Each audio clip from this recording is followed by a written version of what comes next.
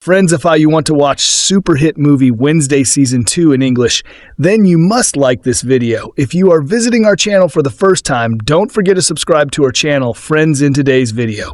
The movie we're going to talk about is called Wednesday Season 2. We will talk about what this movie is and where you can watch. It's all the interesting facts about this movie in today's video.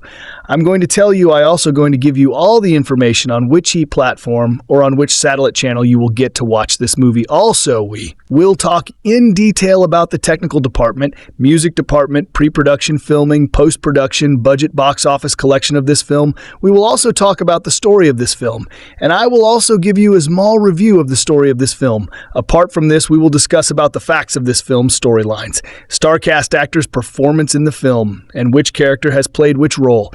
That's why I request you friends to watch this video till the ends. So let's start the video.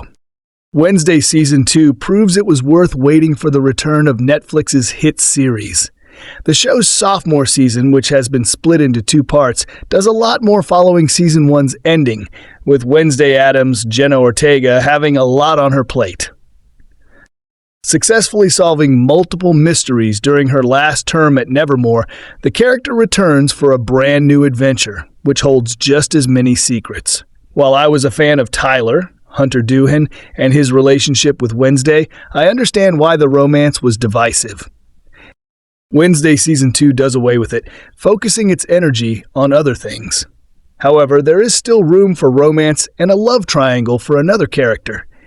Enid Sinclair, Emma Myers, continues to be a breath of fresh air, though her dynamic with Wednesday takes a hit in the early part of Season 2. One of Wednesday Season 2's biggest changes is the sizable roles of the Addams family characters. While Morticia Addams, Catherine Zeta-Jones, Gomez Addams, Luis Guzman, and Pugsley Addams, Isaac Ordonez, were all present in Season 1, they now have a more active role in the story. This works wonders for the show, as their dynamic is refreshing. Wednesday has a unique bond with each member of her family. That keeps the door open for the show to take interesting swings whenever one of the characters comes up. As was the case in Season 1, Wednesday's relationship with her mother, Morticia, is the key dynamic in the family, directly impacting many of the moves Ortega's character makes. Zeta-Jones makes the most out of her expanded role. Morticia might be infuriating at times in Wednesday's eyes, but the actress plays it in a way that it is easy to see how there is a vulnerable side to this authoritarian mother who only wants what is best for her daughter. Guzman's turn as Gomez continues to add humor to the show. His warmth is palpable every time he interacts with his family, which makes their bond feel endearing. As for Pugsley, it is nice seeing Nevermore through his eyes. Wednesday and her brother are very different people, with her hard exterior contrasting with Pugsley's search for connection. While Wednesday's family gets a bigger role in Season 2, I was a little disappointed the show didn't do as much with her connection to Enid. After they became best friends in Season 1, the 2 characters are not together nearly as much as before. Their contrasting personalities played a key role in Season 1 being such a huge success, and I hope their relationship is given more of a spotlight in Part 2. That said, Enid is still crucial to the overall story of Wednesday Season 2, and Myers' charisma shines every time the character is on screen. Steve Buscemi's Principal Dort is a fun addition to the show, with the character alternating between lighter and darker moments effectively. Other actors, such as Thandiwe Newton, Christopher Lloyd, and Haley Joel Osment, add flair to the irreverent horror series. Returning to Nevermore also looks as great as ever. Wednesday has gorgeous visual effects and cinematography that help build this atmospheric, dark world of outcasts. It's easy to be transported into the world of Wednesday, and it's as if no time has passed at all since the end of Season 1. While Nevermore is no longer an unknown place, Wednesday continues to unravel new conspiracies and traditions we didn't know about. As such, there are plenty of twists and turns in Season 2's first batch of episodes, 4 of the 8-episode season. Mystery-wise, the show offers the same kind of thrills that made Season 1 so watchable. Wednesday Stalker was perfectly set up in Season 1, and Season 2 satisfyingly resolves that storyline with an even creepier new mystery taking its place. After finishing episode 4, I immediately wanted to learn what would happen in part 2, which will have to deal with a major cliffhanger and a lot of blood spilled. Review. Wednesday Season 2 Hark! 'Tis the peal of baleful bells, for a new semester has befallen Nevermore Academy, and freshly minted celebrity Wednesday Addams, Bjenna Ortega, is naturally having none of it. I liked it better when I was feared and hated, she monotones, as a flock of awestruck fellow students scrabbles around her ankles, autograph books aflap. Alas, her newfound fame is inescapable. You're kind of a big deal now after the whole saving the school from the demon pilgrim thing. It girl, Bianca Joy Sunday explains, as much to the viewer as to Wednesday, who is perhaps too busy administering icily efficient death stares to her swooning fanbase to fully appreciate the ramifications of last season's finale. The demon pilgrim thing? Ah, yes, the demon pilgrim thing.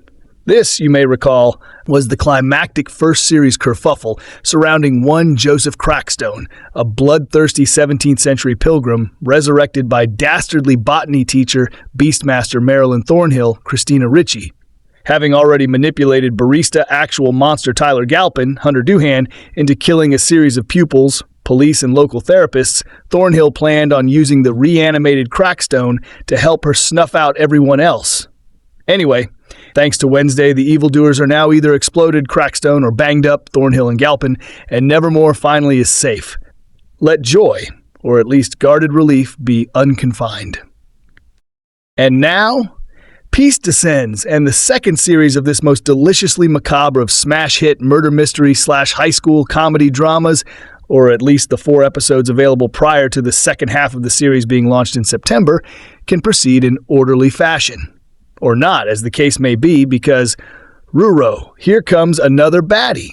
Specifically, here comes the Kansas City Scalper, a serial-killing, hot dog-collecting professional dog groomer in a velour tracksuit played with much oleaginous glee by Haley Joel Osment of The Sixth Sense fame.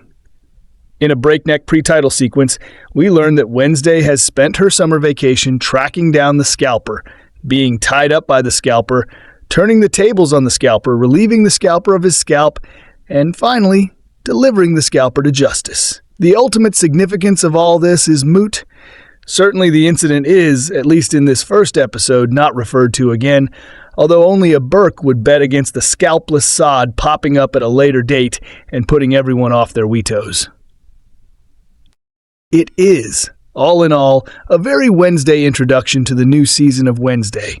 That is, a hugely elaborate and wildly entertaining thing that happens very quickly and at great budgetary expense, only to be promptly buried under the demands of a more immediately pressing plot strand, which is, in this instance, Wednesday's mystery stalker.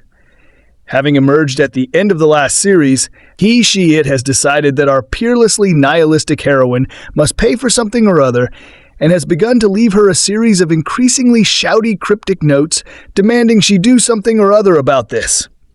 Who is this irate foe? And what precisely is the nature of its beef? Further unusualness abounds. A local private investigator is pecked to death by a distinctly murderous murder of crows. Wednesday has horrifying visions of ditzy roommate Enid, Emma Myers' imminent demise. Nevermore, meanwhile, has an enthusiastic new principal in the Ned Flandersy form of Barry Dort, Steve Buscemi, complete with statement knitwear and a mustache that follows you around the room. Dort is a Bruce Springsteen fan and is not to be trusted. Also straddling the tantalizing first episode divide between seems quite nice, actually, and is almost certainly a shape-shifting necromancer, is wispy new music teacher Isadora Capri, Billy Piper, clearly having a blast. Similar fun is to be had in the return of Catherine Zeta-Jones's woozy, pillowy Morticia Addams, if not in Luis Guzman's lumpy, grinning Gomez, whose character, as ever, seems oddly unfinished, as if he'd abandoned rehearsals halfway through, having been distracted perhaps by a Scotch egg. Minor quibbles aside, the season opener is wonderfully skittish and dense with jokes and plot. Tim Burton's brisk direction ensures any embryonic wibbles of seriousness or sentimentality are swiftly squished by a shot of a rotting corpse, say, or a scene in which a flotilla of CGI caterpillars assemble themselves, apropos nothing, into the legend Bug Off. In the middle of it all, meanwhile, is Ortega's Wednesday, whose charisma could power 1,000 hearses. Not that she'd appreciate our enthusiasm. "Do not put me on a pedestal," she warns her besotted schoolmates during her guest of honor speech at the disastrous inaugural Nevermore Gala. "The only place I will lead you is off a cliff." The logline for Netflix's Wednesday is, fitting to its IP, strange, but not wholly without merit. Take one of pop culture's more endearingly spooky family units, previously adapted from the Charles Addams comic strips into a popular 60s sitcom, and a couple of solid Barry Sonnenfeld movies, and one 2019 animated effort that, well, we often forget about, and slot its most memeable member, Wednesday, into a suitably supernatural coming-of-age murder mystery. Think a macabre blend of Chilling Adventures of Sabrina and Veronica Mars. As lukewarm as I was on Season 1, the results speak for themselves. Wednesday became Netflix's most-watched English-language series in its history, and catapulted Wednesday back into the cultural consciousness with dance crazes, TikToks, the whole shebang. A second season was inevitable, and here it is, albeit split into 2 chunks to fit the vagaries of the Netflix algorithm. They don't want anybody signing up, binging the whole season, then canceling again. And while I still have my hang-ups about how well the Addams family fits into this kind of murder mystery milieu, Season 2 seems to have righted the ship and given Netflix's latest mascot a more delicious meal to chew on. So far. One of the smartest moves by showrunners Alfred Goff and Miles Miller, alongside director Tim Burton, who's back to direct the bulk of the season, was to find new ways to complicate Wednesday Addams' Bjenna Ortega outsiderdom in Nevermore Academy, a place already billed for literal outcasts, gorgons, sirens, werewolves, and other beasties. Her role in solving the crisis she faced her freshman year has made her a bit of a celebrity among the Nevermore faithful. What's more, she's been bit by the murder-solving bug and has been spending her summer vacation tracking down serial killers with the help of the psychic abilities gifted to her by her ancestor, Moody, also Ortega, last season. But those abilities seem to be overloading her, and the more she uses them, the more psychic damage she takes. Now she's back at Nevermore for her sophomore year, and the school, as well as its nearby town of Normies, Jericho, is still trying to rebuild and reinvent itself. Bubbly werewolf Rumi Enid Emma Myers has found a new confidence. There's a conniving new principal, Steve Buscemi, with a keen eye on fundraising for the flagging school. And what's worse, the younger Addams child, young Pugsley, Isaac Ordonez, is finally enrolled at Nevermore. Wednesday, never one to conform, bristles against her newfound notoriety, especially as it draws her leagues of fans and stalkers eager to either help or be killed by her. And on top of all that, there's a new mystery to solve. Mysterious deaths seemingly caused by a literal murder of crows, led by a one-eyed bird that Wednesday sees in her visions. Even in its first 4 episodes, Wednesday Season 2 feels a little overstuffed, even as Burton and gang find some fiendish ways to keep the game cast occupied. In addition to the names I listed before, the rest of the Addams family gets more screen time this season. Catherine Zeta-Jones's Morticia becomes a gala chair, Luis Guzman's Gomez pals around with the kids as a parental chaperone on field outings, and Thing remains the Watson to Wednesday's Sherlock. Fred Armisen also gets a lot of focus as Fester in the season's 4th episode set in Willow Hill, the local funny farm, which, depending on how you feel about that performance, can be grating. Lots of other big names pop up for some pleasantly consistent Netflix cash, like Joanna Lumley as Wednesday's grandmother, Thandiwe Newton and Heather Matarazzo as doctors and therapists at Willow Hill, and Billy Piper even pops up as the crooning music teacher, who will surely have a more significant role to play in Part 2. Sometimes the robust supporting cast threatens to overshadow the show's focus on Wednesday herself, but blissfully, Ortega's laser-focused command of the character wins out. Much ballyhoo has been made of Ortega's protectiveness of Wednesday, right down to making script and direction changes on set while shooting. And I can't help but feel it pays off in spades, especially in Season 2. Her Wednesday is more expertly calibrated between menacing and inquisitive, letting just enough peaks of empathy through to make her believably invested in stopping murder without letting her lose her mean streak. She stands out among other TV gumshoes in that she solves mysteries almost out of spite or ego. It's not about saving lives, but about solving her own personal riddles or proving someone wrong. That's a novel twist that helps to complicate the relationships with the characters around her. Of course, the show's macabre sense of humor remains intact, even as its pace suffers somewhat under the strain of the too familiar Netflix hour-long runtime. A lot of wheels spin among a lot of different cars, whether it's Enid's love triangle between hunky fellow lycanthrope Bruno, Noah Taylor, and forlorn Gorgon Ajax, Georgie Farmer, or Buscemi's Principal Dort recruiting siren Bianca, Joy Sunday, to bamboozle Morticia into helping them raise money to keep the school going. If I could cut one subplot, it'd be Pugsley's attempts to raise a clockwork zombie from the dead. I mean, Slurp's fun and all, but he kills the momentum brain dead, and Ordonez feels a bit stiffer than the other young castmates. But, at least unlike most Netflix seasons, each episode feels centered around a central premise.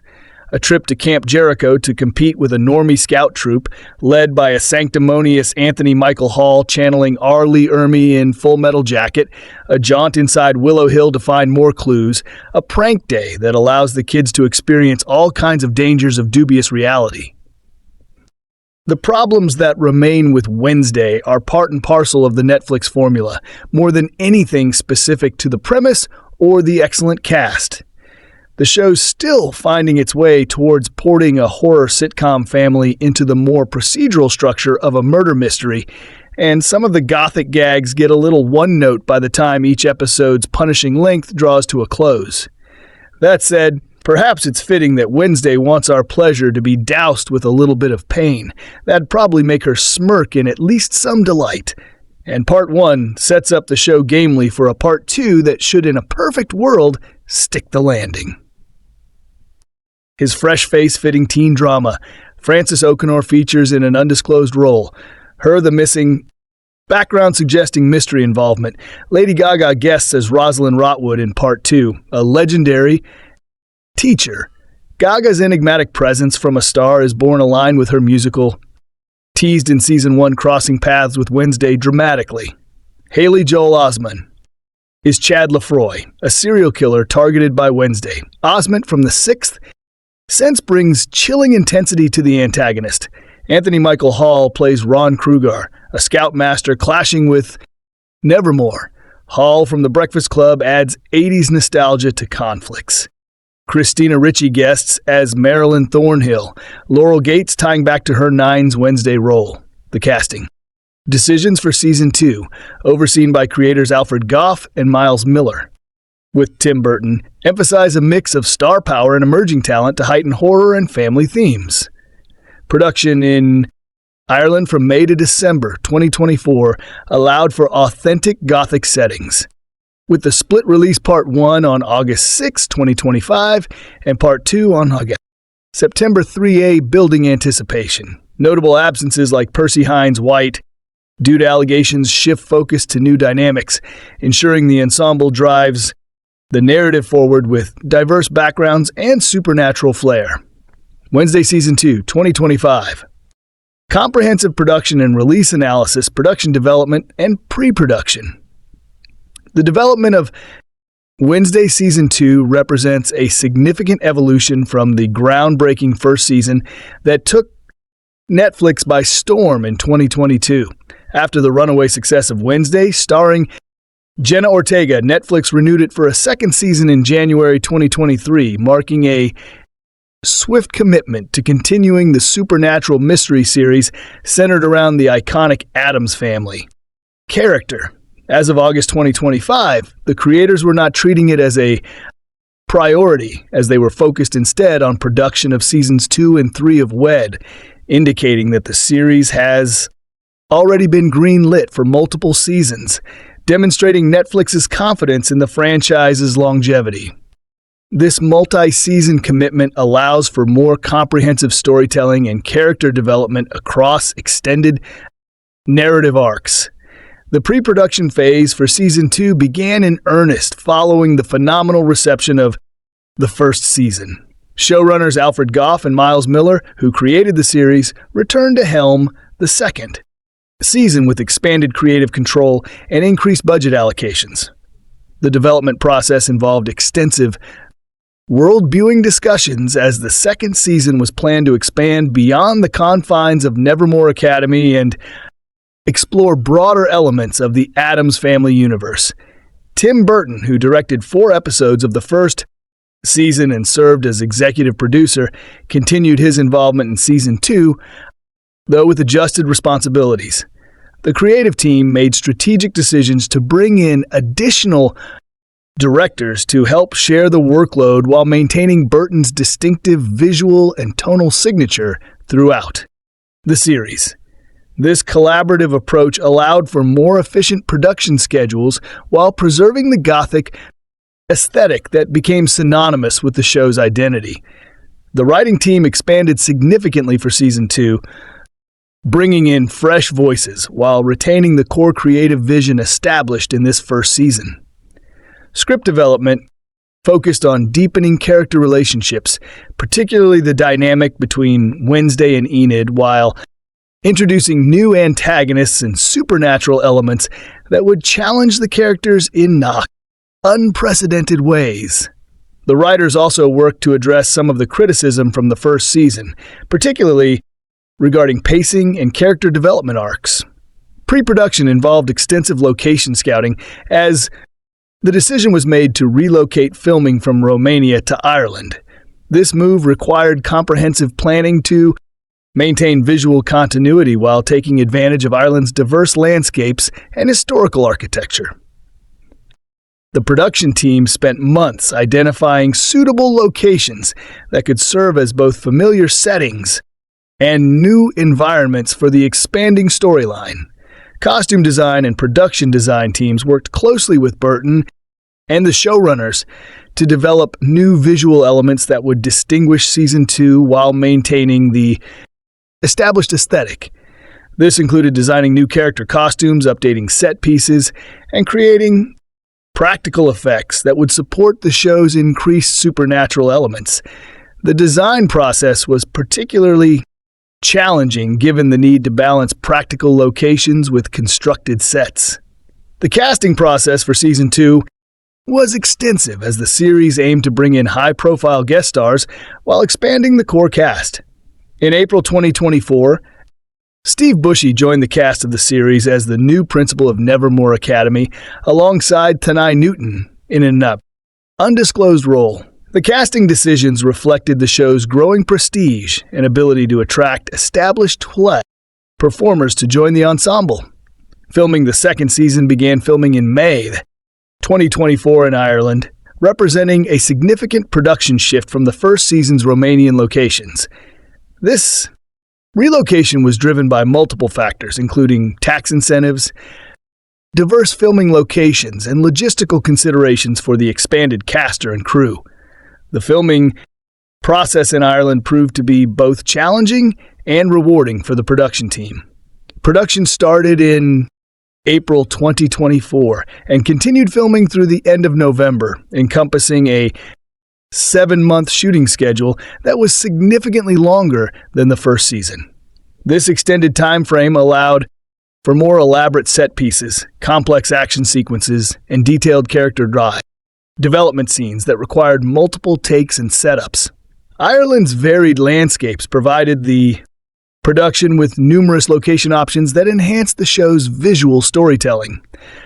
From ancient castles that served as new supernatural locations to modern urban environments that represented the normie world outside of it. Nevermore Academy, the Irish locations added new dimensions to the series' visual palette.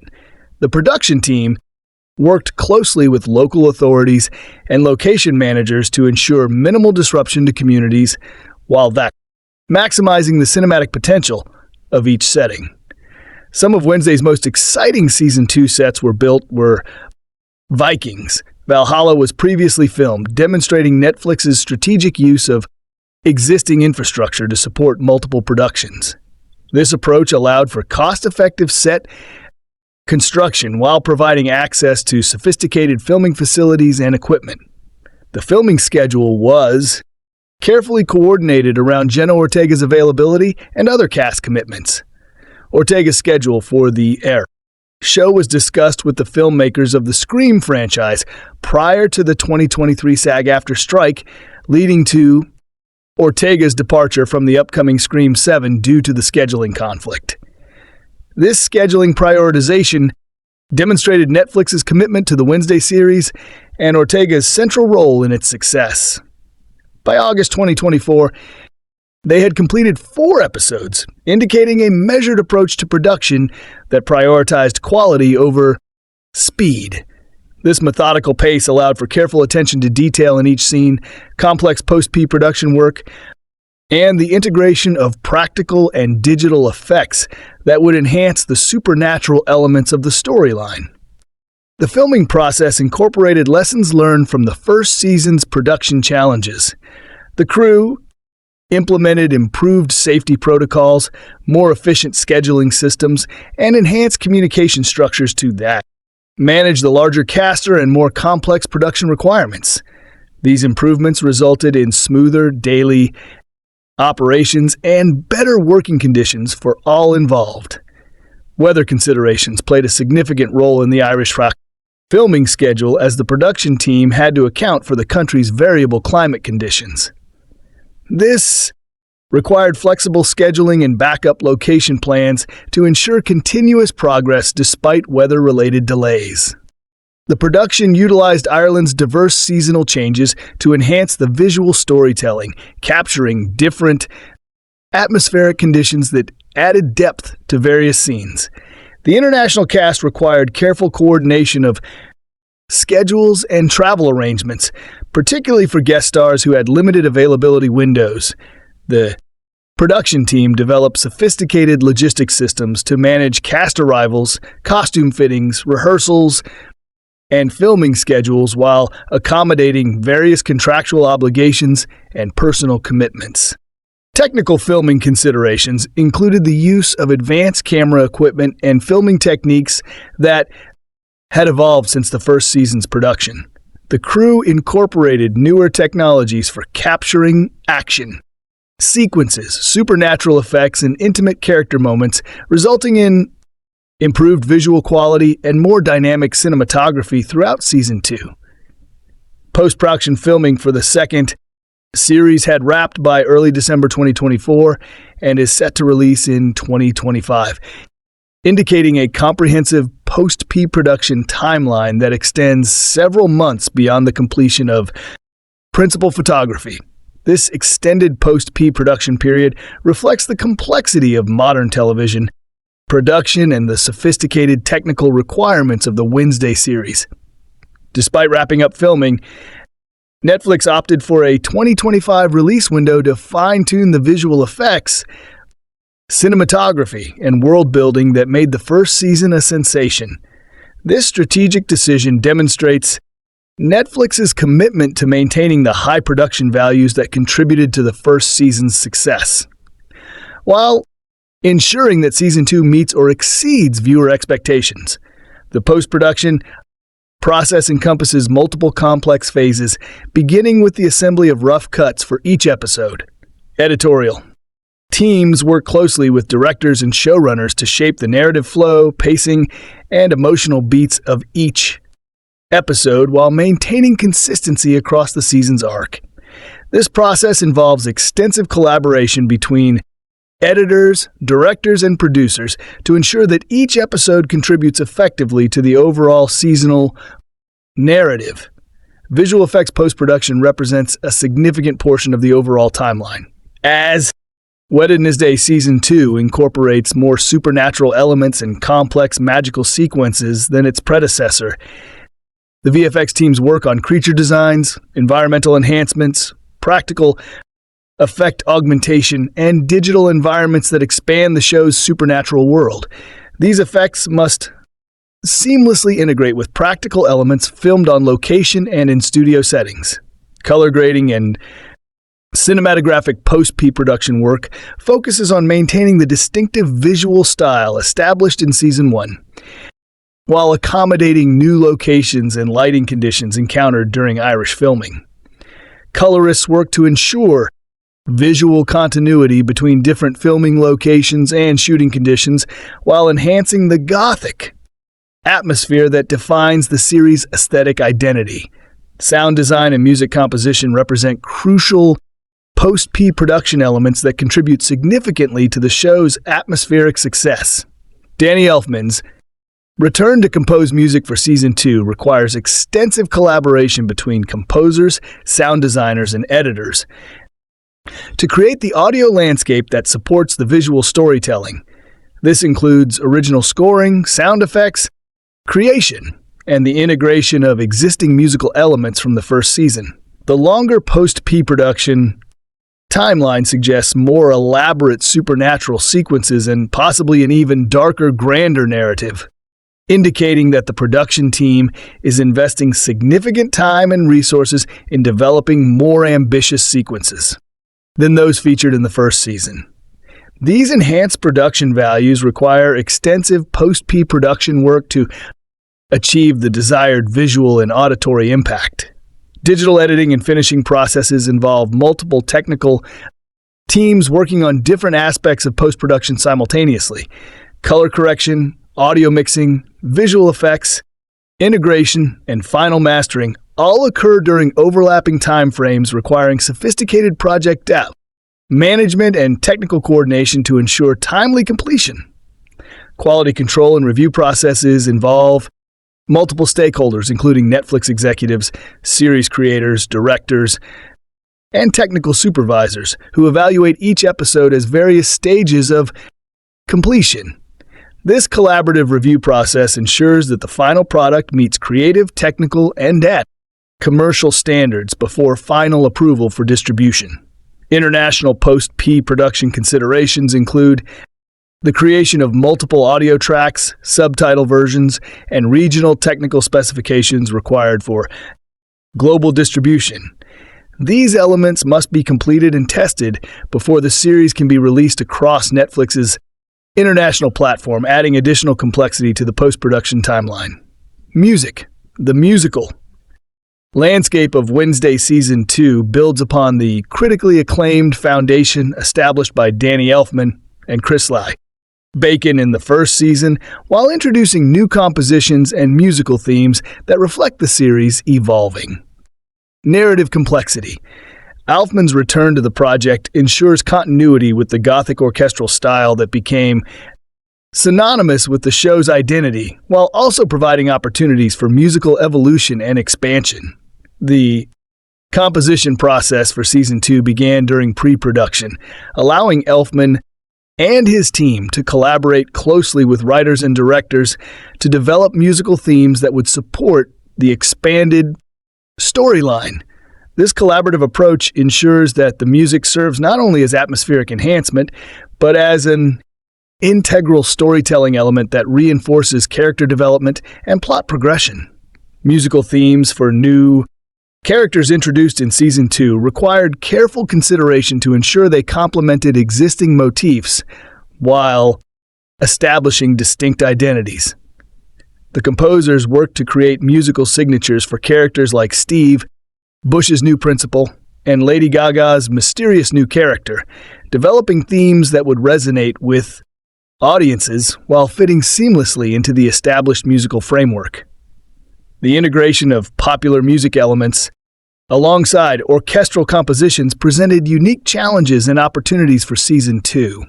Following the viral success of Wednesday's dance sequence set to Goo Muck in Season 1, the composers and music supervisors carefully selected songs that would serve the narrative while potentially creating new cultural moments without appearing forced or manufactured. Recording sessions for Season 2's score took place across multiple locations and time frames, accommodating the schedules of various musicians and the technical requirements of different musical pieces.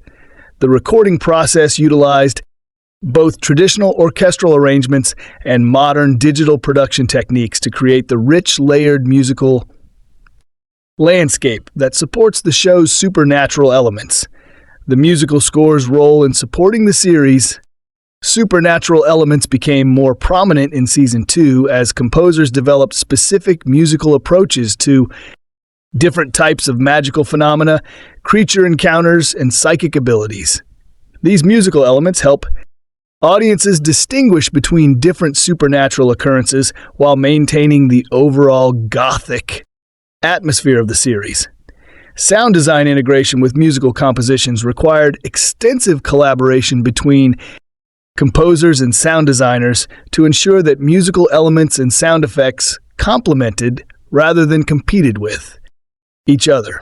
This integration is particularly important in action sequences and supernatural encounters, where both musical and sound elements must work together to create immersive experiences.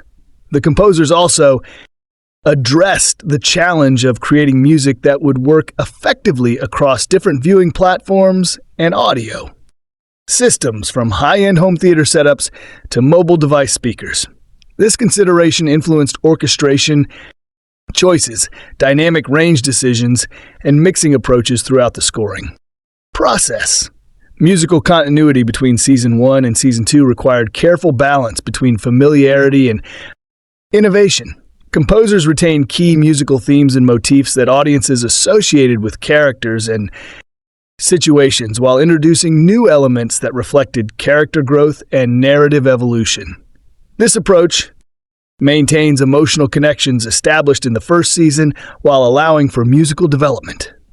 The expanded international cast in Season 2 influenced musical choices as composers, incorporated subtle musical elements that reflected the cultural backgrounds of new characters without resorting to stereotypical musical representations. This approach adds depth to character development while maintaining the series' cohesive musical identity. Released theatrical Wednesday Season 2, like its predecessor, was produced exclusively for Netflix's streaming platform and did not receive theatrical release in traditional cinema Venice. However, Netflix implemented several promotional strategies that created theatrical adjacent experiences for fans and media, including special screening events and promotional partnerships with Entertainment Venice. The absence of theatrical release reflects the changing landscape of television and film distribution, where high-quality streaming content competes directly with theatrical releases for audience attention and cultural impact. Wednesday's success demonstrated that streaming series could achieve the kind of cultural penetration typically associated with major theatrical releases. Netflix organized special promotional screenings in select markets, including Los Angeles, New York, London, and other major international markets. These events serve both promotional and community-building purposes, allowing fans to experience the series in communal settings while generating media coverage in social media engagement. The series' promotional campaign included partnerships with theaters and entertainment venues that hosted Wednesday-themed events, costume contests, and promotional screenings of the first season in preparation for Season 2's release. These partnerships created theatrical-style experiences without traditional theatrical distribution. International promotional strategies varied by market, with some regions receiving special preview screenings and media events that mimic theatrical premieres. These events generated local media coverage and helped build anticipation for the series. Global Netflix release. The decision to forego theatrical release allowed Netflix to maintain complete control over the series' distribution timeline, release strategy, and international rollout. This control enabled coordinated global marketing campaigns and simultaneous international releases that maximized cultural impact and media attention. Virtual and streaming-based promotional events replaced traditional theatrical premieres, including online fan events, virtual cast interviews, and interactive promotional content distributed through social media platforms. These digital alternatives reach broader audiences while maintaining promotional impact. The series' promotional strategy incorporated elements typically associated with theatrical releases, including professional photo campaigns, red carpet, style events, and extensive media interviews with cast and creators. These elements maintain the prestige and cultural significance associated with major entertainment releases. Home media. The home media release strategy for Wednesday Season 2 follows Netflix's established approach of maintaining streaming exclusivity for extended periods before considering physical media releases. This strategy prioritizes subscriber retention and not platform loyalty over immediate home media revenue. The first season was released on Blu-ray and DVD by Warner Brothers Home Entertainment in March 2024, establishing a precedent for eventual physical media release of Season 2. Though specific timing and distribution details remain to be announced, physical media releases for streaming exclusive content have become increasingly selective, focusing on series with demonstrated commercial success and dedicated fan bases. Wednesday's cultural impact and commercial performance make it a strong candidate for comprehensive home media treatment, including special edition releases with bonus content. The home media release strategy must balance Netflix's desire to maintain streaming exclusivity with potential revenue from physical media sales and rentals. This consideration influences the timing of any physical media release, typically occurring 12-18 months after initial streaming availability. International home media distribution varies significantly by region, with some markets receiving earlier physical media releases due to different licensing agreements and market conditions. European markets in particular often have different release windows and distribution arrangements for Netflix. Original content.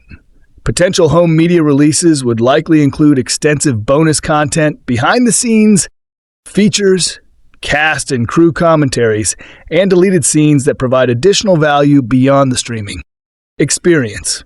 This bonus content serves as a primary selling point for physical media purchases, digital purchase, and rental options through platforms like iTunes, Amazon Prime Video, Google Play, and other digital retailers represent an alternative to physical media that provides earlier availability while maintaining some exclusivity for Netflix's streaming platform. These releases typically occur before physical tech media availability. Collector's edition and special packaging options for physical media releases cater to dedicated fans and collectors who desire premium presentation and exclusive content. These releases often include art books, collectible items, and limited edition packaging that appeals to enthusiasts. The success of Season 1's home media release influences Netflix's strategy for Season 2's eventual physical distribution. Strong sales performance typically leads to expanded release strategies and more comprehensive bonus content packages for subsequent seasons. Reception box office as a streaming exclusive series. Wednesday Season 2 does not generate traditional box office revenue through theatrical exhibition. However, the series performance is measured through different metrics that reflect its commercial success and cultural impact. Within the streaming landscape, Netflix's investment in Wednesday Season 2 represents a significant financial commitment that must be justified through subscriber acquisition, retention, and engagement metrics, rather than traditional box office returns. The series' success contributes to Netflix's overall subscription revenue and platform competitiveness. The economic impact of Wednesday Season 2 extends beyond direct streaming revenue to include merchandise sales, licensing agreements, promotional partnerships, and ancillary revenue streams that generate substantial income for Netflix and its partners. These revenue sources often exceed what traditional box office returns might provide.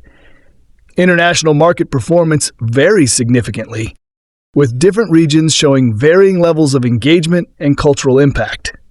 Some markets demonstrate stronger performance based on cultural affinity for Gothic themes, supernatural content, or the Addams Family franchise. Specifically, the series production costs, while substantial, must be evaluated against long-term subscriber value and platform strengthening rather than immediate revenue recovery.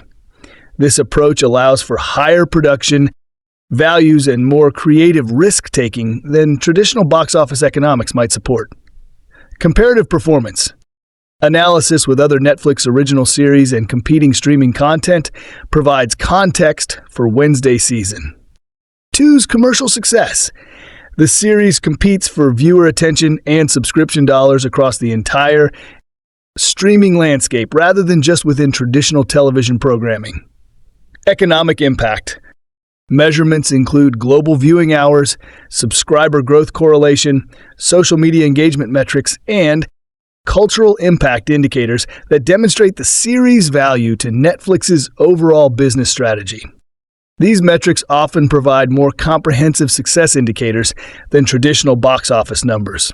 The absence of box office pressure allows creators and Netflix executives to focus on long-term storytelling and character development rather than immediate commercial imperatives, potentially resulting in higher quality content and stronger audience engagement over time. Critical response. The critical reception of Wednesday Season 2 builds upon the mixed to positive response received by the first season, with reviewers and critics evaluating the series' evolution, character development, and ability to maintain the cultural momentum generated by its predecessor. Early critical assessments focus on the series' expansion of its supernatural elements and character relationships. Professional television critics have evaluated Season 2's success in addressing criticism leveled at the first season, particularly regarding pacing issues, character development arcs, and the balance between supernatural elements and teenage drama. The series' ability to evolve based on critical feedback demonstrates the creative team's responsiveness to professional evaluation. The series' visual presentation and production values continue to receive critical acclaim, with reviewers praising Tim Burton's continued involvement and the enhanced production budget's impact on cinematography, set design, and costume creation. Critics consistently acknowledge the series' distinctive aesthetic identity and high production standards. Performance evaluations focus heavily on Bjenna Ortega's continued portrayal of Wednesday Addams, with the critics assessing her character development and acting growth between seasons. Additional attention centers on new cast members' integration into the established ensemble and their contribution to the series' overall quality. Critical discussion of the series' cultural impact and representation continues from Season 1, with reviewers evaluating the series' handling of diversity, cultural authenticity, and social themes. Critics assess whether Season 2 successfully builds upon the representation achievements of the first season while avoiding potential pitfalls. The series' horror elements and supernatural content receive particular critical attention as reviewers evaluate whether Season 2 successfully increases horror content without alienating younger audiences. This balance between horror and accessibility represents a key critical evaluation criterion. Critical comparisons with other supernatural television series and Netflix original content provide context for Wednesday Season 2's quality and cultural position. Critics evaluate the series' distinctiveness within the crowded supernatural television landscape and its contribution to the genre's evolution. International critical reception varies by region and cultural context, with different markets responding differently to the series' themes, humor, and cultural references. These varied critical perspectives provide insight into the series' global appeal and cultural translation. Effectiveness. The series' writing quality, dialogue, and narrative structure receive detailed critical evaluation, with reviewers assessing improvements from Season 1 and the effectiveness of expanded storylines and character development. Critical analysis of script quality influences broader discussions of the series' artistic merit. Critics also evaluate the series' success in balancing nostalgia for the Original Addams Family properties with contemporary storytelling approaches and cultural relevance. This balance represents a crucial element of critical assessment for adaptation and reimagining projects. Long-term critical evaluation considers Wednesday Season 2's contribution to Tim Burton's overall filmography and its position within the broader context of supernatural television programming. Critics assess whether the series maintains Bitten's distinctive style while allowing for creative evolution and collaboration. The critical consensus regarding Season 2's success in building upon Season 1's foundation while expanding the series' scope and ambition provides insight into the show's long-term prospects and cultural significance. Critical reception influences both audience perception and industry evaluation of the series' continued development, review, and facts. Number 1. The 2022 debut of Wednesday became a cultural phenomenon, setting viewership records for Netflix and driving viral social media trends. This level of success makes a follow-up season an immense challenge, and for better or worse, the series returns to live squarely in the shadow of that achievement. Season 2 of Wednesday wants to tell a bigger and bolder story with a clear intent to lean more heavily on horror than the teen drama that shaped its first year.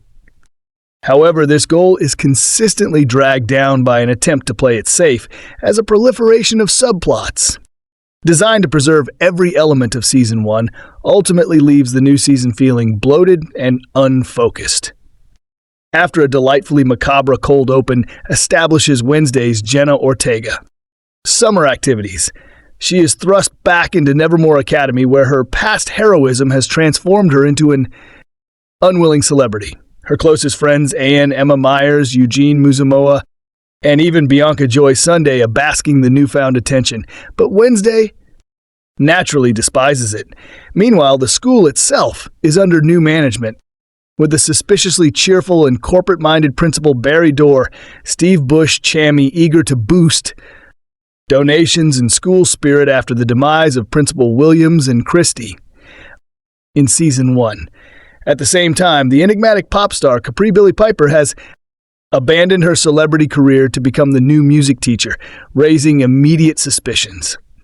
These new authority figures present their own mysteries, all while a new murder investigation connected to former Sheriff Galpin, Jamie McShane, pulls Wednesday into a conspiracy threatening the entire outcast community. This narrative overload is only compounded by a dizzying array of personal and familial conflicts. A stalker begins sending threatening messages the moment Wednesday returns to school. Her psychic visions start to fail her at critical moments, and the Addams family becomes a constant presence at Nevermore.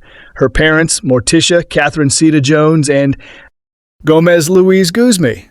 are more involved than ever, while her brother Pugsley Isaac Ordonez enrolls for his first year, leading to a subplot about his calamitous attempts to make friends. On top of all this, the season juggles the mystery of a long-lost Aunt Alia and the dangling plot threads from Season 1, including the fate of the Hyde, Hunter Duan, and Bianca's connection to the Morning Song cult. Even with 4-hour-long episodes, the sheer volume of storylines the series tries to service is simply too much to handle. This refusal to edit itself is the season's greatest weakness, as in its attempt to address every fan's desire. Season 2 of Wednesday sabotages its own ambition. For instance, it amps up the horror as promised, but refuses to sideline the high school drama, creating a constant tonal tug-of-war. Plus, the series commendably steers Wednesday from the first season's romantic entanglements. Amovga herself championed only to saddle Enid with a love triangle that feels like a vestigial limb from the previous year by clinging to every ingredient. From its successful recipe, the show becomes thematically scattered, though at the end of Part 1, it's unclear what the season is truly about, as its central message is buried under an avalanche of subplots that are introduced and resolved at a breakneck pace. A foundational issue from its predecessor also persists. The essential charm of the Addams family has always been their blissful ignorance of their own strangeness within a normal world. Placing them in a school for outcasts forces the series to render its supernatural student body remarkably conventional in order to preserve the Addams' signature strangeness. This puts the Addams in the awkward position of being outcasts among outcasts, which undermines the very concept of what that means to be an outcast inside the show's proposed lore. Despite these significant structural flaws, Wednesday remains a compulsively watchable piece of gateway horror. The core cast is so charismatic that they manage to disguise many of the script's shortcomings, and the decision to promote the larger Addams family to series regulars proves to be the season's greatest strength. Gaz Matilda inverted exclamation mark and is a scene stealing the light as Gomez, and Zeta Jones brings a concerned maternal depth to Morticia's relationship with her daughter, even if the script doesn't give the theme the space it deserves.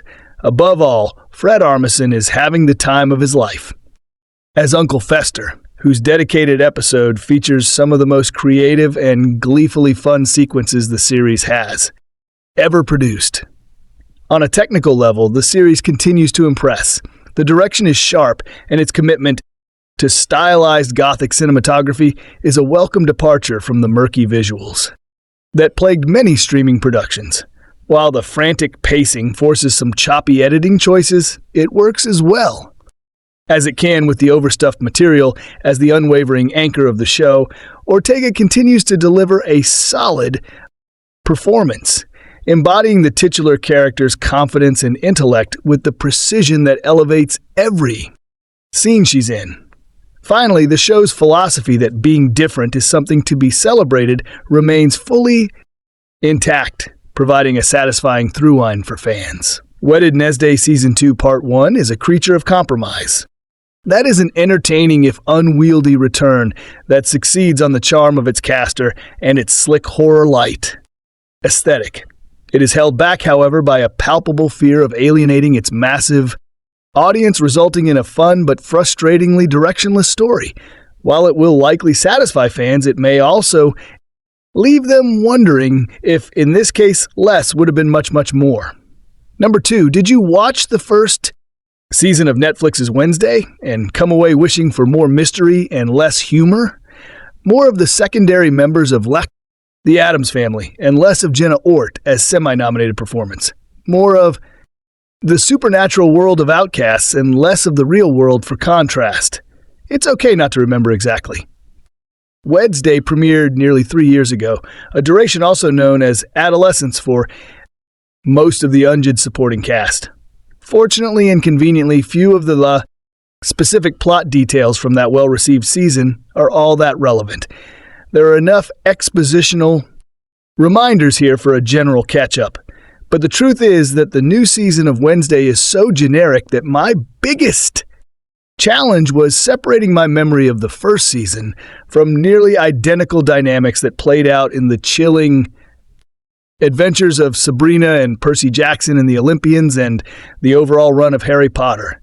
Going back to my first paragraph, I think it's completely legitimate to have had those particular preferences. In which case, the first 4 episodes of this 2-part Wednesday season will probably satisfy you. But if you found most of the appeal of the first season to be Ortega's breakout performance, a few of the supporting turns and residual traces of Tim Burton as darkly comic eccentricity, this is a large letdown. It's more of the same. Only more convoluted and less Ortega, which I assume was what the busy young Thaspin wanted, but not what this viewer hoped for. The Alfred Goff and Miles Miller scripted premiere catches us up on Wednesday's summer vacation, which involved refusing to edit her novel, mastering her psychic abilities, and using them to track down a serial killer. Sure, why not? Autumn brings Wednesday back to Nevermore Academy, where she has become a school-wide celebrity after her killer-catching summer and all the various things that happened last season. Wednesday's roommate and bestie in Emma Myers, the first season's other breakout, apparently spent her summer doing werewolf things and exploring new love. Noah B. Taylor. is a character whose name might as well be Fresh Love Interest, but she's happy enough with her pal's notoriety.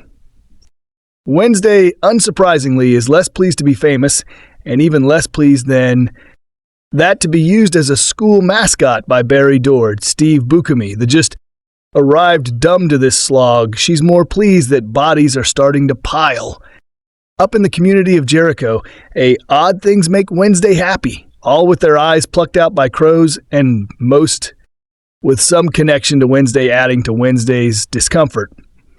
Which isn't nearly as funny this time around is the injection of the entire Addams clan into the Nevermore scene. Pugsley Isaac Ordonez, who shoots electricity from his fingertips, is now an enrolled student for whatever reason. Meanwhile, like Principal Dorr has decided that the key to his crucial fundraising initiative is getting money from Morticia's Catherine, Zeta Jones, apparently wealthy mother, and that the best way to do that is to put Morticia in charge of the GIA fundraising committee. And the best way to do that is to put Morticia up at an on-campus cottage. Gomez Luis Guzman has nothing else to do, so he's there too.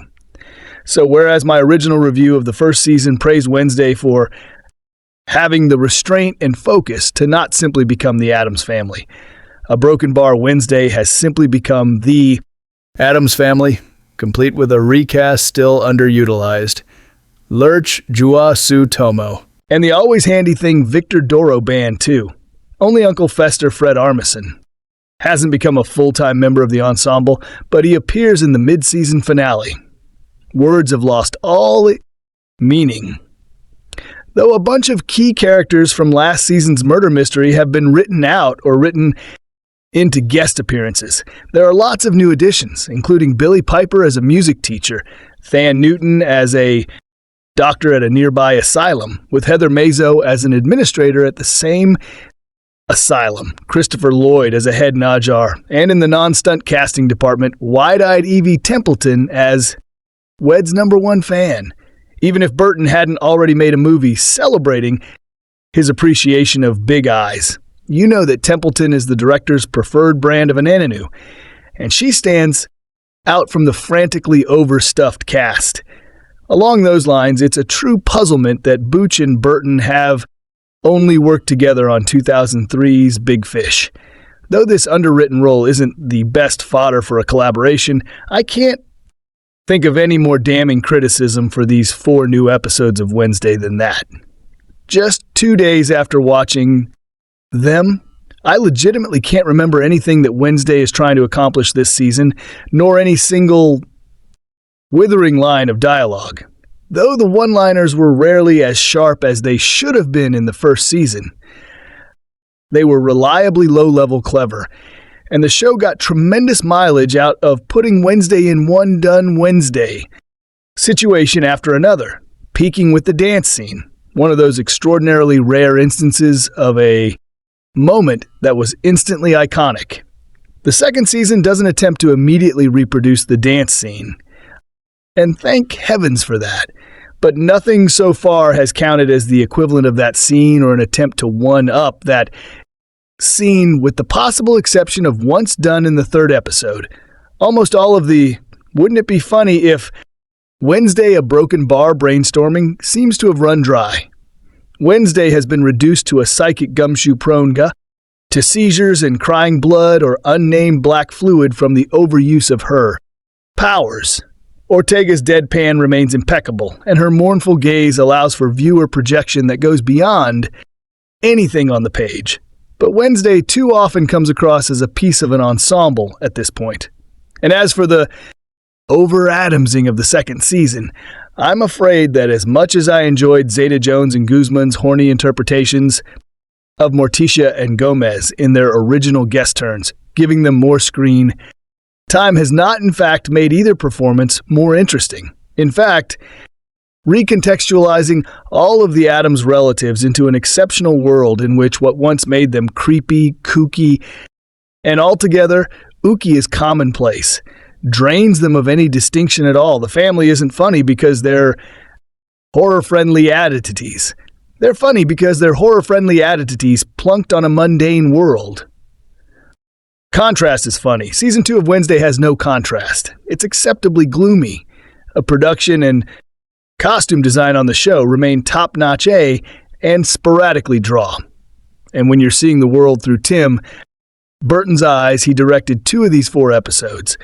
There will always be off-kilter treasures like the animated urban legend in the premiere. But the thing that's most surprising about Season 2 of Wednesday is how quickly Wednesday appears to have run out of surprises. Number 3. Wednesday was reportedly one of Netflix's most watched series ever in its first season. And it's clear the streaming giant considers it one of their heavy hitters now, with Season 2 added to the small group of scripted series popular enough to have their seasons split up with Netflix, seemingly doing their best to get multiple viewership bumps from fans eager to find out what happens next. Unfortunately, though, the 3-year break between seasons hasn't led to a marked improvement in quality, with Wednesday still feeling like some great casting and fun visuals in search of a much stronger story. While Wednesday remains the central focus, Season 2 works to incorporate the core Addams family members into the story more, with the Pugsley Isaac Ordonez now attending Nevermore Academy alongside his sister, and a bit of plot contrivance leading to Morticia Catherine Zeta-Jones and Gomez Louise Guzmi-Tilda inverted exclamation mark, and also living on Compass for the time being.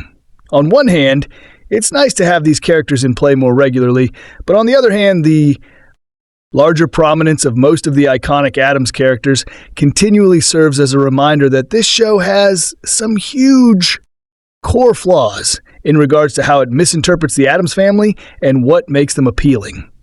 Putting the Addams at and Xavier apostrophe Hogwa Earth, its typesetting filled with supernaturally powerful beings, continually undercuts the appeal of the family themselves. Sure, they act more macabre and dress in black more than some of the others at Nevermore, but they don't really stand out. And the fun of the Addams family has always been the dichotomy of seeing them interacting with bland, normal folks. Worse, Season 2 leans even more into the idea of the supernatural outcasts at Nevermore as a mutant-type group who are prosecuted and scorned, and it continually feels like a strange diversion for what could be a fun Wednesday. Addams goes to a boarding school where weird murders are happening. Story in which offbeat supernatural elements could be layered in, sure, but not so dominant and commonplace that it feels like it's a distraction from Wednesday herself. Season 2's new murder mystery involves locals being killed by someone or something controlling crows, and these darker elements at least continue to stand out and make for some of the more effective sequences. The visuals of how the crows take out their victims are suitably unsettling, but on the comedy side, Wednesday remains incredibly uneven. Sometimes Wednesday will have a truly funny biting one-liner, or Uncle Fester Fred Armisen will elicit a laugh by nonchalantly remarking, "I'm a big fan of child labor."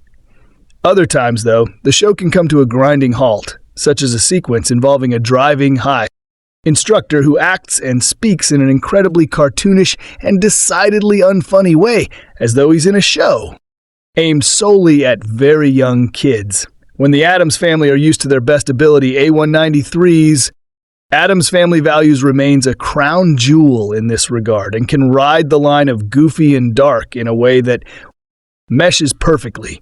Here, though, there's a lot of tonal and quality whiplash. In the very same episode, you might get a clever and twisted visual of the disembodied hand known as Thing, curiously taping a detached eyeball, and then a really unfunny and inert extended sequence where a group of normie human scouts competes against the Nevermore outcasts for who gets to use a campground. At the center of it all, still helping Wed work much better than it might otherwise, is Bjenna Ortega. She continues to be absolutely perfect casting for the role and has just the right, intelligent, droll delivery to completely sell you on who Wednesday is, even when the show around her is all over the place. Ortega got attention, and caused a lot of debate about how much she should be publicly criticizing her shows, writing AA, for pushing back against elements from Season 1, like the typical teenage TV show love triangle that Wednesday was part of. But it is undoubtedly good to see at least that one notably out-of-place aspect of the show now discarded. Percy Hines White's Xavier has been written off completely in the wake of off-screen allegations against Whitehunter.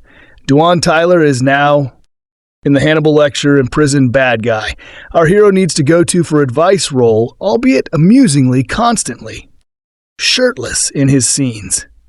There are a couple of other improvements, including the show making better use of Armison's version of Fester and Guz Matilda Gomez, who are both funnier and more appealing. This season, unfortunately, showrunners Alfred Goff and Miles Miller seem hell-bent on making sure there still is an extraneous love triangle, though. So now it's Wednesday's roommate, Enid Emma Myers, who's unsure of where her affections lie between her Season 1 love interest, Ajax, Georgie Farmer, and her fellow werewolf, newcomer Bruno Noah B. Taylor. This boring subplot feels like a waste of the charming and funny Mears. And it doesn't help that the show feels incredibly hindered budget-wise. When it comes to showing Enid as a werewolf, since all we see her do over and over again is flex her nails, claws, at someone to represent that side of her. Though Ordonis is unfortunately the most stilted cast member among those portraying the Nevermore students, and among those playing the Addams family, Pugsley does have an amusing storyline, involving him caring for a zombie who he treats like a family pet. The returning Bianca Joy Sunday, meanwhile, has a subplot tying her to Morticia that often feels oddly disconnected from the rest of the show. Season 2 certainly isn't lacking in familiar faces, with a ton of recognizable actors in new roles. Starting with Steve Buscemi is Nevermore as new principal, who has his own hidden agenda. He's joined by the likes of Billy Piper, Thandai Newton, Heather Matarazzo, and Anthony Michael Hall for various guest and recurring roles, bringing a lot more likable and talented actors into the mix, even as it remains to be seen how integral or not their roles will be in the long run. Also, after Christina Ricci was in Season 1, Christopher Lloyd becomes the second LM from the 1990s Addams Family movies to play a new role here. Though the fun idea of Lloyd is a disembodied head with a mechanical body is hurt a bit by some dodgy digital effects for Lloyd's bodiless form. With Tim Burton back as director for 2 of the 4 episodes in Part 1 of Season 2, Wednesday continues to boast some great and creative visuals. A standout sequence is in the Burton-directed season premiere. As a story told by Ajax is shown to us in black and white animated form, looking wonderfully classically Tim Burton in the manner of A Nightmare Before Christmas or Frankenweenie, but Smallville creators Golf and Miller continue to feel like an odd fit as showrunners, with their stories never living up to the potential of Ortega's performance or what we've seen from the Addams family and prior versions. Number 4, and feels bizarre that Wednesday returns at a time when Halloween is still months away. The show that became a runaway Netflix hit a while, creatively reinvigorating director Tim Burton and turning Bjenna Ortega into a generational star, radiates creepy kooky and altogether ooky vibes, spinning the atoms. Family character into her own Harry Potter for a goth kids detective series with hugely fun results. But Wednesday's return at the height of summer speaks to Netflix's blockbuster approach for the show's second season, a much bigger and starrier a Stranger Things like Glow Up and Scope, with somewhat mixed results. The not-so-secret weapon in Season 1 was Ortega herself, a knockout casting, elevating the material with deliciously deadpan delivery. She remains excellent. Here, relishing every cutting line. It's Addams with 2 Ds, she declares early on. Like a padded room, we're reunited with Wednesday during her idea of summer, of facing down a serial killer who sculpts his victims and gives their hair to porcelain dolls. Before it's back to Nevermore Academy, the supernatural boarding school where she seems to attract all things mysterious and spooky. The Hogwa Earths-like surroundings once again provide a cozy world for the series to inhabit. But in these first 4 episodes of Season 2, Those stone walls are fielding too many stories as various new characters, guest stars turn season regulars, and old favorites jostle for attention in overstuffed episodes. Each installment here is a full hour. There's Steve Buch as incoming Nevermore head teacher Barry Dord, whose how do you do fellow kids energy seems to hide something more sinister. Wednesday's little brother Pugsley Isaac Ordonis is now an ever more student too, and has accidentally revived a Clockworth zombie. He names a Slurp fan favorite, Wolfgar and Emma Myers, significantly underserved here, is experiencing new romantic attractions while feeling pushed out of Wednesday's investigations by an invisible stalker. And that's only the half of it. All distracts from two central threads. Firstly, that Wednesday's psychic abilities are going wonky, her eyes leaking gooey black tears whenever she uses them, while a particularly disastrous premonition sparks a countdown to change the future. Secondly, a one-eyed crow is circling Nevermore, leading a literally murderous murder of crows that keep becking unsuspecting victims' eyes out. The perfect case to get Wednesday back on her investigative trail. All of the constituent parts of Wednesday are entertaining. Its slight tone and ghoulish humor make for a good time. The production values are lavish, and casting across the board is second to none. This half season alone brings in Thanai Newton, Billy Piper, Heather Marazzo, Anthony Michael Hall, Joanna Lumley, Juna Suotamo, Haley Joel Osment, and Christopher Lloyd at the last appearing as a disembodied head in a jar. Anthropomorphized hand sidekick thing. Brought to life by magician-turned-actor Victor Doroban, too, remains a scene stealer, while Fred Armisen's bad guy, Uncle Fester, is gloriously funny, and Burton, who directs 4 episodes this season, including 2 from this first Block A, is clearly having a blast with the team. A creative collaboration so potent he brought showrunners Alfred Goff and Miles Miller onto Beetlejuice. Beetlejuice, between seasons, in the premiere alone own, he gets to nod to The Birds, The Telltale Heart, and his own Sleepy Hollow, all while presenting a classically Burtonian stop-motion animated sequence to boot. But the supersized approach of Season 2 often lives Wednesday herself, feeling like an afterthought in her own show. Morticia and Gomez Adams, an excellent Catherine. Zeta Jones and Luis Guzmán tilde inverted exclamation mark and are given way too. Much to do as their crowbar onto Compass in regular roles, and their overuse seriously cramps weddings to underscore. Why style? Key players feel a bit forgotten in the influx of new faces. There's a slight disconnect between the show's grisliest moments and its teen drama leanings in Netflix's half-season approach, means this part stops when things have only just got going. It's clear why the streamer is going all in on a show with this much potential. But hopefully, future installments stitch the body parts together more evenly. It's interesting to see Wednesday as a summer girl, but Halloween is still where she truly belongs. Number 5, Wednesday, the fan-favorite, mystery-oriented spin-off reboot of the long-running Addams Family franchise, has finally returned for a bit. Second season on Netflix after 3 long years of waiting. Indeed, fans have been chomping at the bit for more of Bjenna Ortega and Tim Burton's fresh new take on the beloved Addams daughter. And you can count me amongst them as someone who's had a soft spot for Charles Addams' kooky creations since high school. But with the pedigree of the first season and the long hype cycle for season 2, can the final product actually live up to those expectations? Right now, I am happy to report that the answer is mostly yes. Season 2 is at least as good as the first season, and by the end I could easily see it being better. Though please bear in mind that this only applies to the first 4 episodes, as that was what was made available to me at the time of writing. After a summer vacation long enough to make multiple people physically age by about 3 years, Wednesday Addams, played by Bjenna Ortega, returns to the hallowed haunted halls of Nevermore Academy to a newfound adoration from her. Fellow students, whether she likes it or not, things go from bad to worse for her, and not in the fun way, when she sees a psychic vision of Enid's death, right? before her powers begin to falter. Determined to save her best friend, Wednesday will use every weapon in her back arsenal, both literally and figuratively, to solve this mystery before it's too late. Right off the bat, Season 2 fixes the biggest problem with Season 1, the inciting incident.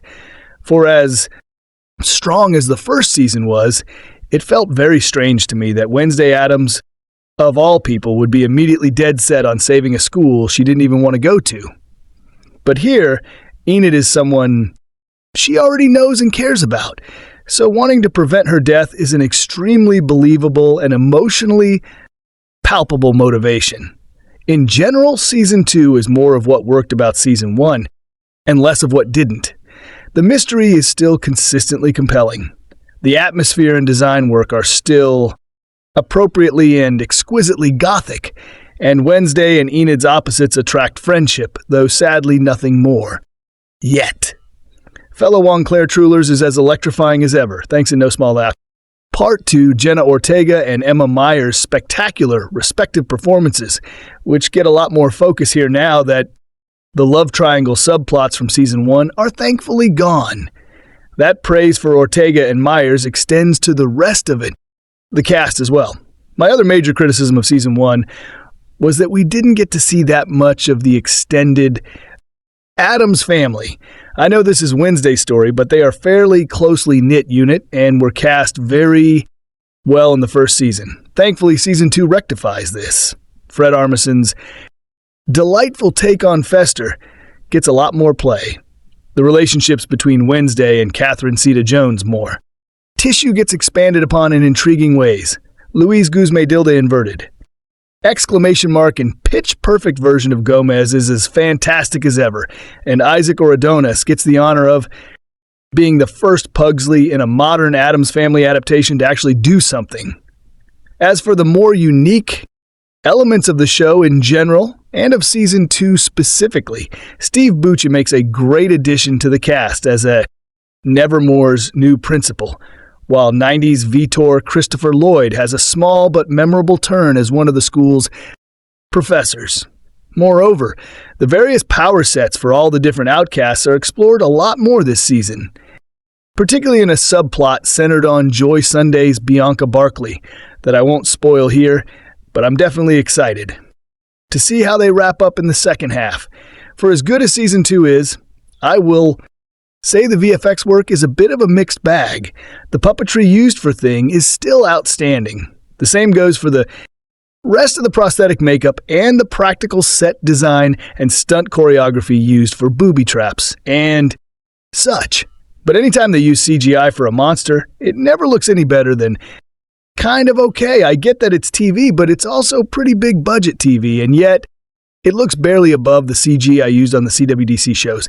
I recognize that this comes off as nitpicking, and it is, but I still figured it should be mentioned. If I had any major issue with Season 2, it's that I haven't seen enough of it yet. I was only given half of the new season, and there are still so many questions left unanswered, so it's hard to judge the season as a whole. But am I excited to get those answers? Yes, because what I have seen so far is a thoroughly enthralling gothic comedy murder mystery with fantastic performances, brilliant design work, and an ever-twisting plot that leaves you constantly dying to know what happens next. In other words, it's more Wednesday. Wednesday Season 2 is now streaming on Netflix. 4 out of 8 episodes reviewed. Wednesday Season 2 was every bit as gothic, kooky, and utterly captivating as the first season, but without much of the baggage that weighed its initial debut down. Bjenna Ortega's return as everyone's favorite deadpan daughter was worth the wait and then some. Number 6. This Wednesday, Season 2 review contains spoilers for Wednesday Season 2. The first half of Wednesday Season 2 isn't just a misstep. It's a systematic unraveling of everything that made the Addams Family a cultural touchstone, from the lead character's core identity to the supporting cast, from plot lines to tone. This show abandons its roots and trades nuance for cliché, till the copyrights resulting in a fractured, incoherent mess. The characters dismantled, And Frankenstein at one of the biggest issues with this show is how it handles its classic characters. So, let's review the characters of Wednesday Season 2 in detail, how this show got them so very wrong. Wednesday, from compelling to convenient. Wednesday Addams was once the embodiment of macabre intelligence and dark humor. A girl who commanded attention through sharp wit and an unapologetic individuality. Now she's little more than a hollow Manxed and psychically child copyright S. What was a sharp, cunning young woman with a unique voice and a complex moral compass is now reduced to a characrotivist and psychic plot device. The depth, the dry humor, and the deadpan intelligence are gone. Instead, we get a version of Wedster who is frustratingly passive, often bewilderingly inconsistent, and stripped of the fierce autonomy that made her compelling. Her powers, a potentially intriguing extension of her character, are mishandled and underdeveloped. Rather than serving as a nuanced metaphor for her internal struggles, they become a plot convenience riddled with confusion, like black tears signaling psychic exhaustion or erratic surges that conveniently foreshadow doom. Her manuscript drives much of the season's conflict, as she stubbornly refuses to edit the drought or make a backup copy, only to lose it to obvious mishap. The show frames Wednesday as isolated and detached, but instead of empowering her alienation, it often paints her as aloof or outright indifferent, even when circumstances demand urgency or genuine emotional investment. Read Paramount snags UFC US rights from Disney in $7.7 billion deal shortly after Skyne's merger. Worst of all is her relationship with other characters, especially Enid. Wednesday Season 2 hinges much of its emotional arc on Wednesday's sudden concern for her roommate. Yet the development feels forced and superficial. The narrative insists that Wednesday cares, but the moments of vulnerability or connection are few and far between, undercut by awkward dialogue and missed opportunities for authentic growth. Pugsley inconsistency personified. Pugsley's character arc in this season is a glaring example of sloppy, incoherent writing. In this first season, he was a scared, awkward kid overwhelmed by his surroundings and especially by his sister. Now, with zero explanation or development, he somehow gained electric powers that he uses with reckless abandon. His abilities spike and falter on a whim, serving only the plot's convenience. The subplot with Pugsley's newfound pet zombie is a perfect example of the show set, and Pugsley's a tonal confusion and lazy plotting. After accidentally reviving a long-dead boy with a mechanical heart buried beneath a spooky tree, Pugsley casually names the reanimated corpse Slurp and treats him like a harmless, even endearing bet. Yet the show can't decide if Slurp is a mindless monster or a burgeoning menace. He regenerates and gains intelligence by consuming human brains, portraying him as a clear threat. Despite this, the narrative awkwardly shoehorns him into comedic moments and sentimental scenes with Pugsley, reducing a potentially chilling plotline to a farce. This half-baked handling not only undermines any suspense, but also trivializes the eerie lore established in the series, further fracturing the show's already fractured tone. Moreover, Pugsley's personality flips back and forth without any consistency. One moment, he's timid and sidelined. The next, he acts cocky and borderline antagonistic toward his classmates and sometimes his own family. This erratic behavior undercuts any emotional investment the audience might have had and turns him into little more than a caricature. The show's refusal to address this tonal whiplash or even acknowledge his past as a fearful little brother feels like a slap in the face to the character's integrity. Christopher Lloyd's Professor Olaf, a disrespectful use of legacy. One of the most painful creative decisions this season is the handling of Christopher Lloyd. Rather than honoring his legacy as the iconic Uncle Fester from the Nines films, Wednesday Season 2 reduces him to a little head in a Jorah, a mechanical prop who's little more than comic relief. This is both disrespectful and an example of creative bankruptcy. Christopher Lloyd's presence could have brought real weight and nostalgia to the series, but instead he's sidelined into a caricature whose lines are barely intelligible and who's the butt of every prank. It's a bitter missed opportunity. With Jonathan, the original Gomez Addams from the 60s sitcom still active, or Christopher Lloyd himself, the show had the perfect chance to bring Grandpa Addams to life in a way that honored the family's rich history. Instead, they went for a cheap gimmick that feels like a slap in the face to longtime fans and the actors who helped build the Addams legacy. Instead of anchoring the series in its rich heritage, the show sidelines one of its most beloved figures into a gimmick, deepening the overall sense of disrespect and squandered potential. This is not the kind of reverence the franchise deserves. It's just another symptom of the show's larger problem, a blatant disregard for the source material. Family dynamics, Gomez, Morticia, and more. Gomez is frustratingly reduced to little more than a sideline figure, stripped of the charismatic vitality and passionate spirit that made him a cornerstone of the Addams family. Instead, he's portrayed as a pawn to a caricature version of Morticia, who embodies a tired, overused, strong, independent woman trope. This Morticia exerts control over Gomez through manipulation rather than the genuine mutual respect and adoration that traditionally defined the relationship. She even tells Wed in episode 1, control is often an illusion, like how I let your father think he's the one in charge of this family. This line is completely out of character, as well as the perfect explanation of the new relationship. The couple's iconic romantic balance is erased, replaced with a one-sided power dynamic that feels both forced and emotionally hollow. Compounding this, the show introduces Mamie and Morticia's mother, who inexplicably replaces the beloved Grandma Damsa, originally Gomez's mother, as the matriarch running a funeral business. This not only distorts the established family hierarchy, but also diminishes the warmth, eccentric charm, and complexity that Grandmama brought to the narrative. The result is a confusing reshuffling of roles that betrays longtime fans' understanding and affection for the Yip family.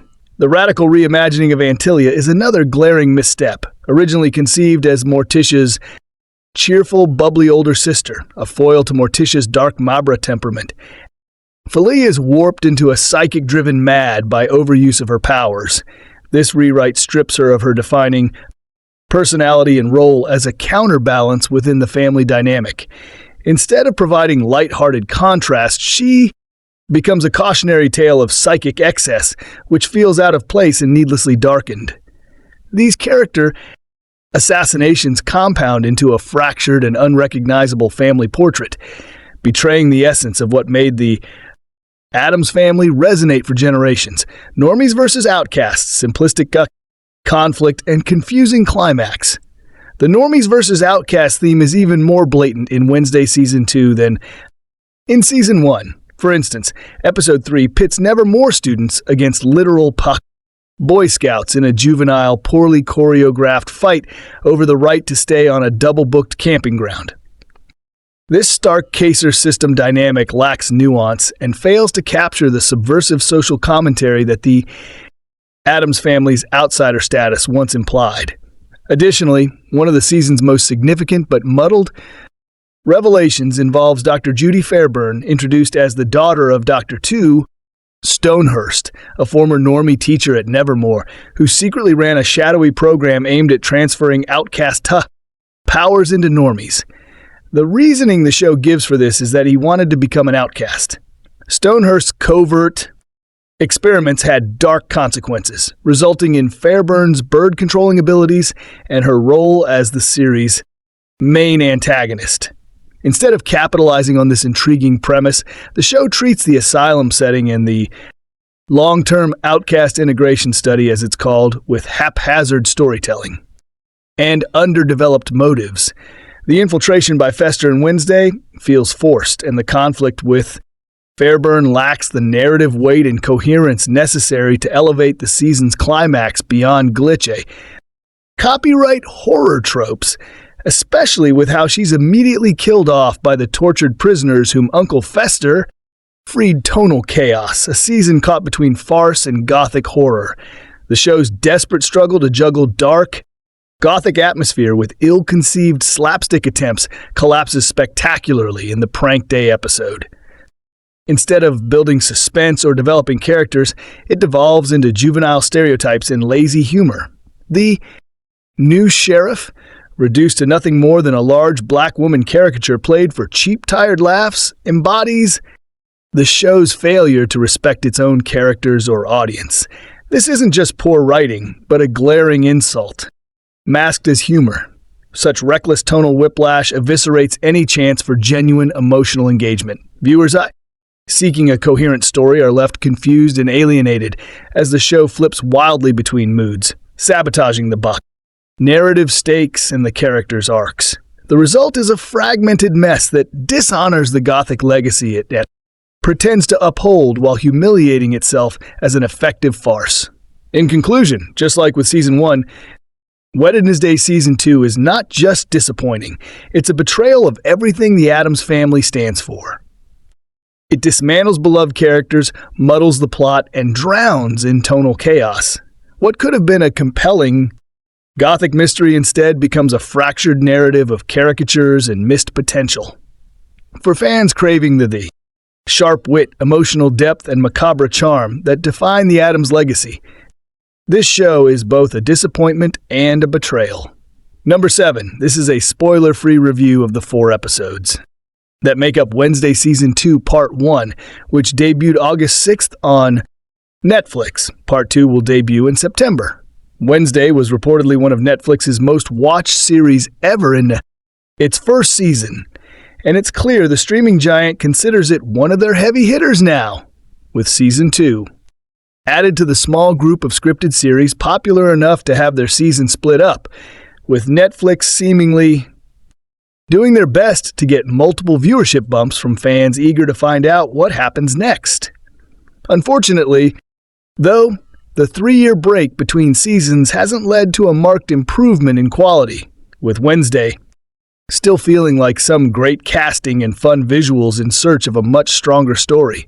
While Wednesday remains the central focus, Season 2 works to incorporate the core Addams Family members into the story more, with Pugsley, Isaac Ordonez, now attending Nevermore Academy alongside his sister, and a bit of plot contrivance, leading to Morticia, Catherine Zeta-Jones, and Gomez Luis Guzme, tilde inverted exclamation mark, also living on Compass for the time being.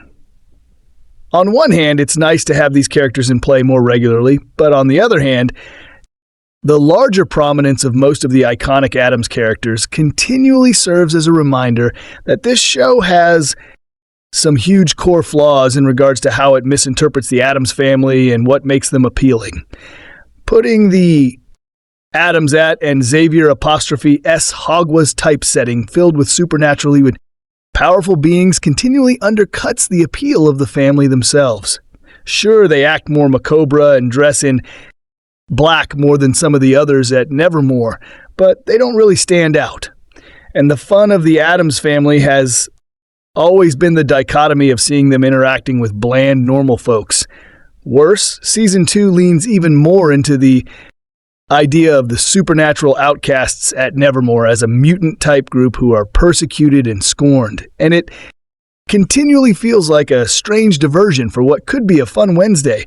Addams goes to a boarding school where weird murders are happening, and some information about it.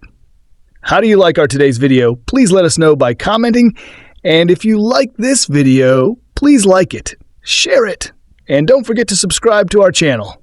Thanks for watching.